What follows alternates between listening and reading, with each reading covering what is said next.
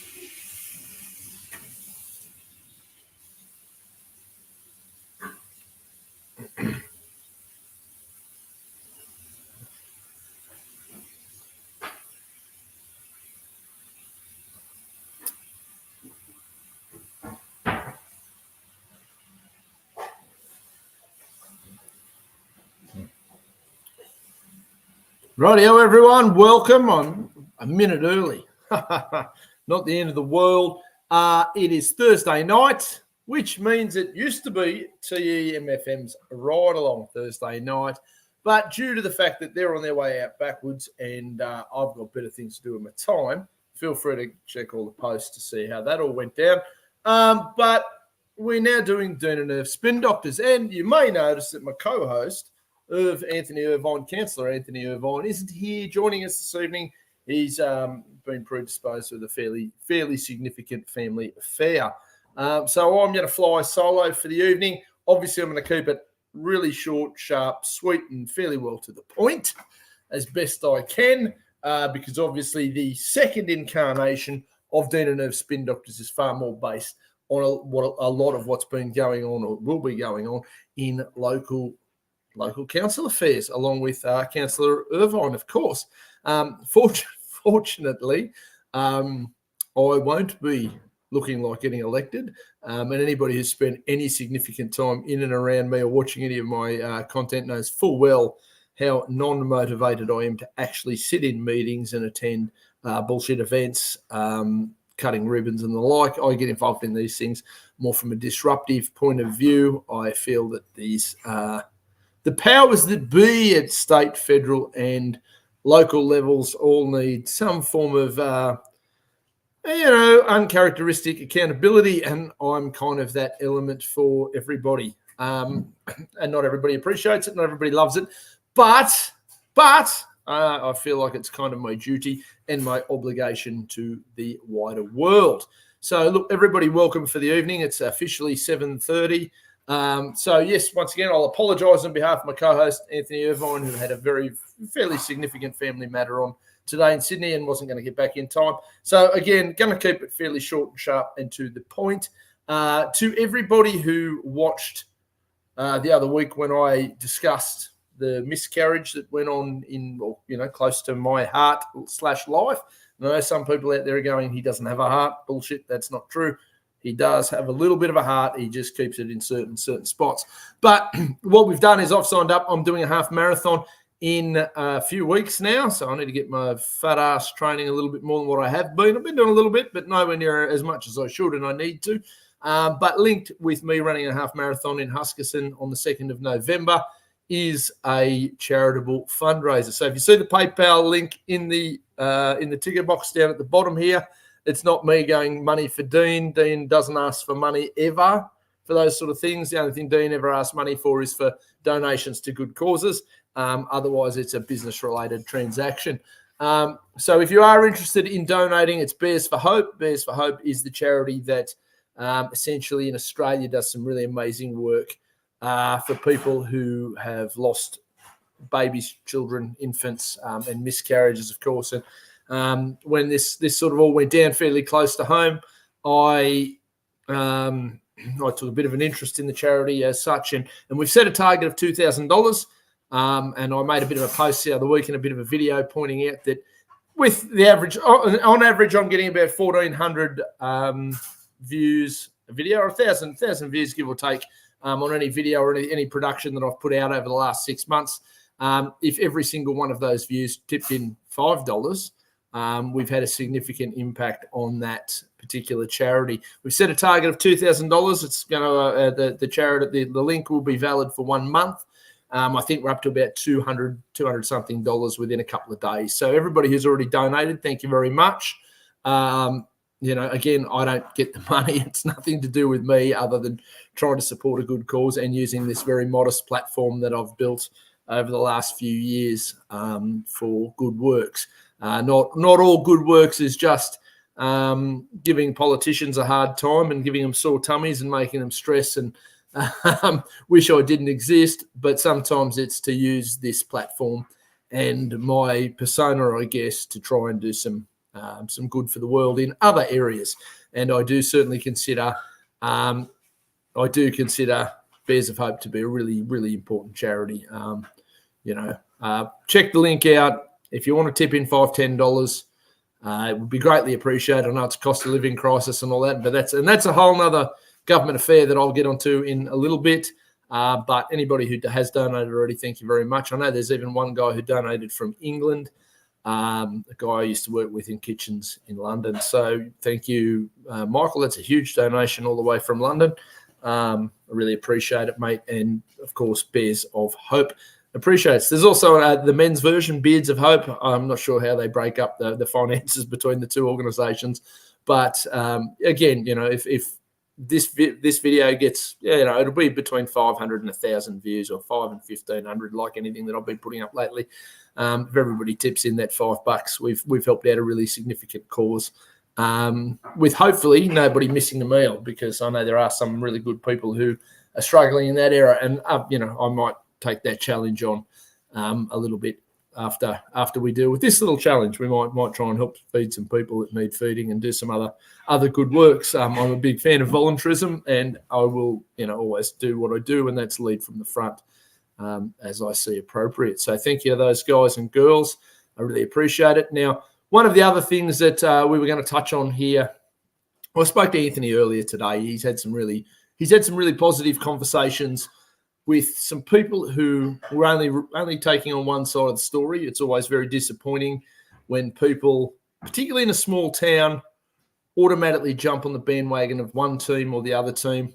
I fully understand how divisive I can be. I've got no delusions in the area. I don't actively go out of my way to be divisive, but I also don't swallow bullshit. It's just against my religion. But to find out that people are sort of questioning me about Anthony's intent, or the goings-ons, the costings, anything, all this information that he's been fairly strong on what he's done. All I've done is really provide him with a platform. I skim some of the paperwork. I'm happy to share the paperwork because I believe in full transparency and accountability. But to find out people that he's been in business with for years and never had a negative issue are all of a sudden, without picking up the phone and saying, Anthony, we've had a business relationship or a personal relationship or a golfing relationship or a, whatever relationship for the best part of 10, 15, 20 years, 5 years, doesn't matter. And we're too lazy or too cowardly to pick up that phone and say, Anthony, I heard the following about you, or I read the following in Propaganda Pete's bullshit newspaper. Is it true? Or what parts of it are true? Or can you clarify for me? I find that really disheartening for him personally, because I've always found him to be a bloke. I've never had a problem with him, and I've never met anybody until this shit started who's ever had a direct problem with him or anything serious, and you might not like how he plays his guitar or whatever. But I find it really disheartening for him personally that these people who are really happy to just take the newspaper's word for a start in 2024, anybody who just takes whatever's shoveled out of a two-bit newspaper or even mainstream mega newspapers is quite disappointing, particularly if you've got the bloke's phone number. Ring the guy. Ask him word for it. If you know me better than you know him or whatever, that makes sense. And other people who know me really well might go, oh, Dean, what happened with Anthony here? What do you think? And I'll tell you. But if you don't really know me, but you do know Anthony, it doesn't make a lot of sense for me that you would approach me first before you just pick up the phone to the guy you've been working with. I think I find that sort of stuff pretty disappointing. I think, Anthony's been extremely transparent with all of his concerns. Pick up the phone. You know, I post all these things here. Howard can't tune in tonight. Thanks anyway, Howard, mate. Really appreciate your support on all these matters. Fine man from out there at Ganmain. I appreciate your support, and I know Councillor Irvine does as well. Again, the PayPal link's there for anybody who wants to tip into Bears of Hope, the charity of that looks after infant deaths, miscarriages, supporting women and families in that space. It is a pretty significant space. Those numbers seem to be rising rapidly, and we're not going to get into my suspicions as to what's causing or helping to cause the rate or the rising rates of miscarriages in this country. I'll save that for a different podcast when I'm probably in a better headspace to tackle that and allow myself to get really wound up. But what I've also over the last certainly look for my entire public life, and I've been involved in politics for the best part of 15, 16, 17 years, mostly with the Libertarian Party, who I still fundamentally support, even though I'm not a member and I'm not an active committee member anymore or anything of the sort. I'm an absolute climate change skeptic. I think this farce with wind farms, wind turbines, I think they're being jammed down our throats with absolutely no, not credibility, because sure, the wind turbines will turn and they will go round and round and a little bit of energy will be created, but to pretend that that's an environmental advantage is complete bullshit, because the amount of oil, concrete and steel that goes into making the things, their lifespans bugger all, and they require an awful lot of ongoing oil and maintenance. So they're not environmentally friendly at all. That's a farce. Same thing with solar panels. I don't oppose the fact that they work to a degree. I think they're fine. I've got some on my roof. But I don't think any of them should be subsidised by the taxpayer. I think the green dream delusions are a complete farce, and I think it's a complete piss take. Climate change is absolutely, I'm going to say, second best push scam in the last 50 years. I think COVID's exaggeration was, and I'm not saying COVID wasn't real, but the exaggeration and hype around the COVID mania was pretty extreme.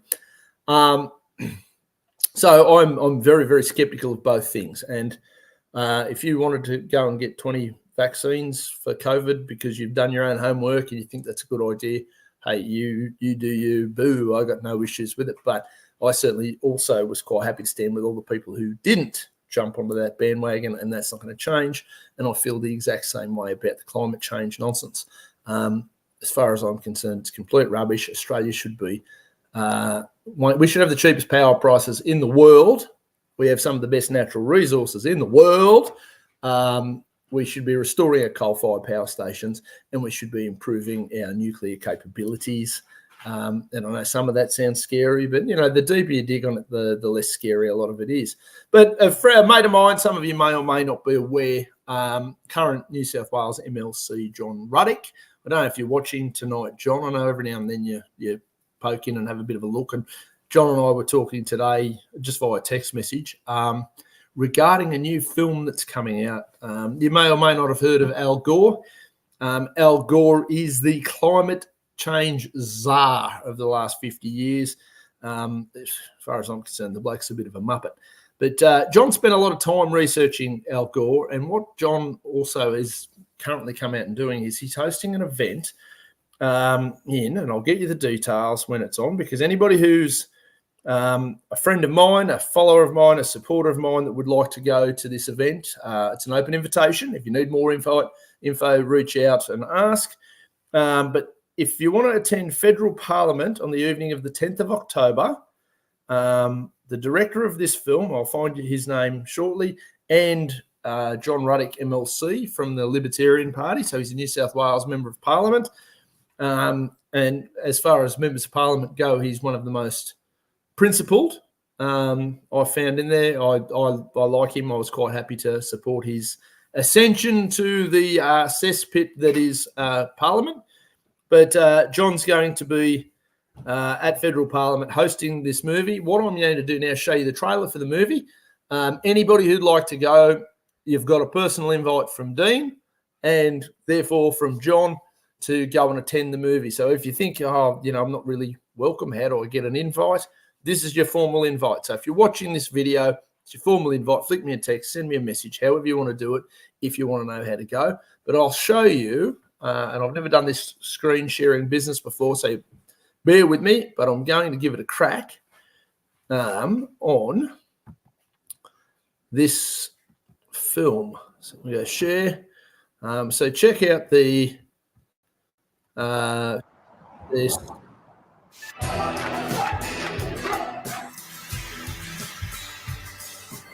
We have a global emergency, an existential threat to human civilization on this planet as we know it. Al Gore is the godfather of the worldwide climate change movement. He even won the Nobel Prize. When I was a student, I worked for Al Gore. But wait a minute, Al Gore is no scientist. Well, this man's name was Roger Revelle, and that's the whole reason why I got interested in this. Did Revelle even agree with the climate theories that Al Gore sold to the world? I decided to dig deep and do the research.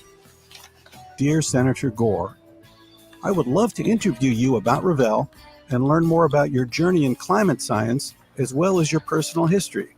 Gore didn't respond, so I decided to use AI technology to speak to Al Gore. Well, hello again, Joel. Senator Gore, I'm thrilled to have a visit with one of my old student interns. are you ready for some questions? Fire away. What was it like to be a politician's son? My dad cast a giant shadow over my life. I revered him and I feared him. Why did you only get a C+ in Revelle's class at Harvard? I invoke Roger Revelle's name. Later on, I may have exaggerated my relationship with Roger Revelle. How much did your pot smoking influence your climate alarmism? I did smoke a lot of marijuana. When I compare our plundered planet to Earth in the Balance, it looks to me like you just rewrote this book. Human beings must heal the relationship The key to human life is the relationship between our civilization between people and the ecological system and the resources of the earth. of the earth. Ooh. Well, okay, you got me. I never expected anyone to put that all together. Let's start with what really is CO2. This is a lot tougher discussion than I'd imagined. Carbon dioxide is not a poison or a bad gas. Carbon dioxide is our friend. All my predictions of rising sea levels flooding coastal cities were a bust. What do politicians really want? Central planning and wealth redistribution. Put climate change at the center of our domestic, national security, and foreign policy. It's really all an assault on freedom and prosperity. You have stolen my dreams, my childhood. The sky is not falling. It's all a hoax that has turned into one big scam.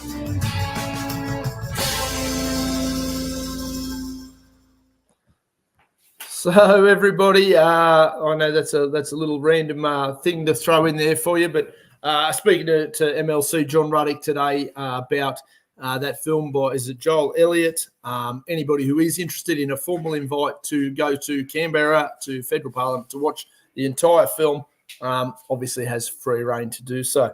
So again, I'm going to keep it relatively short tonight. I haven't got a co-pilot, and that's not necessarily the end of the world. I'm far better looking and charming than Anthony anyway. Far cheekier. I don't know about that. But yeah, look, so anybody who's interested in a film like that, I think even locally here, I mean, last week they were talking about these bloody batteries, new battery stations that they want to bring in. Some company it's going to come in, they're going to get a heap of subsidies from the government, i.e. we, the taxpayer, to put batteries in, and they're talking about new electric car chargers, and they're talking about, well, we got solar farms popping up everywhere, ruining good agricultural land. We are living in batshit crazy world. And I'll be doing my very best at every opportunity to put a stop to a lot of that nonsense as well. But there is only one of me, and I can only do so many things in a day. So anybody who's looking to support some of these projects is more than welcome to put their hand up and, join in. Sometimes it's fun. Sometimes it's hard bloody work. But to all of you, I guess, again, we're going to keep it short and sweet because it's just me tonight, and I did want to share that video of on behalf of John Ruddick MLC. Check him out. Check out his policies. Check out what he does. If you are going to join a political party in Australia, my first choice would be, if I was going to be in one, it would be the Libertarian Party. And my second choice would be One Nation. The Liberal Nationals are so broken and spineless that they can't identify what a woman is. They're not even willing to describe a woman. Apparently, that's far too confusing for these gutless wonders. And sadly, certainly the National Party side of it seems to make up a big contingent of what goes on, certainly out here locally, which is quite sad because most of the people I know who are that way inclined, and by that way I mean National Party or Liberal Party inclined, are far too sensible to be buying bullshit drivel from a spineless, gutless entity like the LNP. And then, of course, we all know that the Labor Party and our good friend, Communist Anthony Albanese, who is looking to bring in a misinformation bill, which basically stops anybody from, hurting that useless sped's feelings. Apparently, we're all going to be declared as providing misinformation, and at which point we'll probably all be in jail. The movie 1984 wasn't a documentary, dickhead. It was a work of fiction from George Orwell. Sadly, we are getting into a more Orwellian life and state as we go. So we need to remember this. We need to push back on this.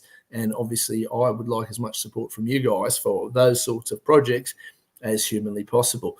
But again, I'm not going to waffle on all night because you'll all get mad at me. No to climate change bullshit. Okay. A woman, an adult human female with reproductive organs that can reproduce. Isn't that complicated, LNP? If you're not brave enough to say what that is, a man in a dress is not a woman. I don't care how pretty he is. Sexually, I don't really care what you're into. You go nuts between consenting adults, do whatever the hell you like. Don't jam it down kids' throats. Not that complicated. I wouldn't have thought it was that complicated. We should have the cheapest energy and power in the world. And I keep saying the world because it's doing my head in. It really shouldn't be that hard for us to have really cheap coal, really cheap electricity. We should have nuclear. Gas is there everywhere. We've got some of the biggest stores of uranium in the world. And for some idiotic reason, we pay some of the highest power prices in the world. It's a complete circus and a debacle. And then, of course, the other parties, to those women and families who have experienced miscarriage or infant loss, my absolute heart goes out to you, despite not having a heart, allegedly. It's becoming far more common, and I'd really like to see more people or more donations to the little link in the description there. The money doesn't come to me or Anthony or Joe at the pub. This little link goes directly via PayPal into the bank account of Bears for Hope. Our goal's $2,000.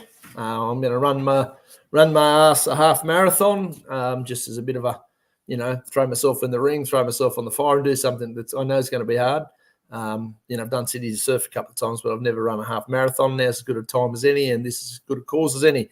But if on average our videos and content gets between 500 and 1,500 views, if everybody chucks in $5, we've made a significant little impact for a really great charity. So we'll be back again next Thursday night. I don't know if Anthony's going to go live with anything. I'm not sure what updates he's got happening this week. We've all been really busy working. I believe by mid next week, the Temora Shire Council elections will be finalised, and hopefully, and it looks like there's going to be a few fresh faces, which I'm excited about. I'm even more excited one of those fresh faces isn't me.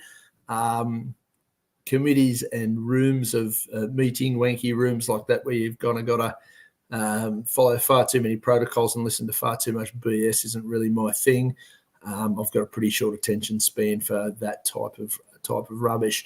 But I am glad I managed to cause a few sleepless nights for a few ladies and gentlemen who probably deserve to have a few sleepless nights. And it's not because I think they're bad people, but it's because I know that this system, as is, corrupts people. It causes people to do things that they wouldn't naturally do.